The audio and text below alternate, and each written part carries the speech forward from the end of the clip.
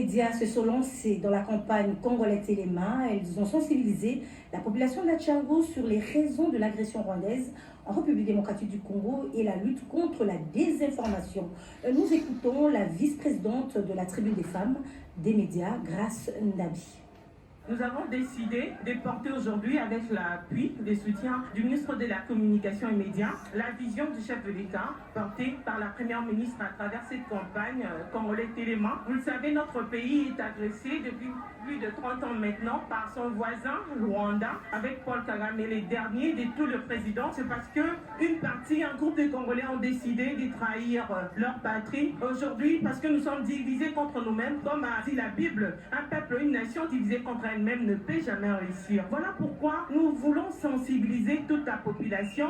Nous sommes dans le front médiatique, nous le faisons tous les jours dans nos médias. Nous sommes des journalistes de la presse écrite, de la télévision, de la radio. Nous sensibilisons tous les jours dans les médias. Mais aujourd'hui, nous sommes ici au marché de la liberté parce que nous connaissons que ce maman, ce jeune garçon sortent tous les jours le matin. Ils n'ont pas assez de temps pour suivre les bonnes informations. Nous luttons aussi contre la désinformation. Nous avons dit notre message était de faire comprendre la raison de cette agression qui est d'abord la trahison d'une partie des Congolais qui se regroupent dans les M23, dans l'AFC, qui ont donné au Rwanda, à Paul Kagame, l'avantage sur la RDC. Nous devons nous lever sur tout le front. On parle de front militaire, nous on parle de front diplomatique, on parle aussi de front populaire, du front spirituel. Tous les Congolais doivent s'élever, porter cette question d'agression. Prions les seigneurs pour que l'Éternel vienne intervenir, pour que cette agression puisse arrêter. Nous disons non à l'agression rwandaise, non au poison rwandaise.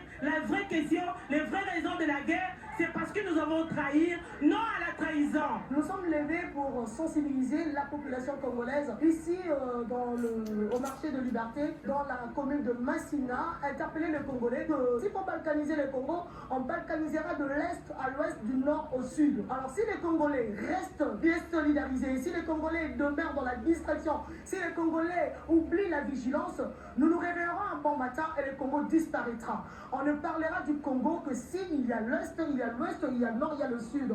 N'oublions jamais que nous sommes unis par le sort et nous devons tout donner, tout offrir à la République démocratique du Congo. À jamais le Congo restera uni. Faisons donc attention à toute information qui vise à nous diviser, qui vise à nous décourager et qui ne prône que la division, la balkanisation et surtout qui discrédite les institutions. Le pouvoir du Félix Antoine Tshisekedi Tshilombo est un pouvoir constitutionnel. Et s'il faut qu'il parte, puisqu'il finira par partir, il ne sera jamais éternel. Il partira tel qu'il est venu. C'est par les élections.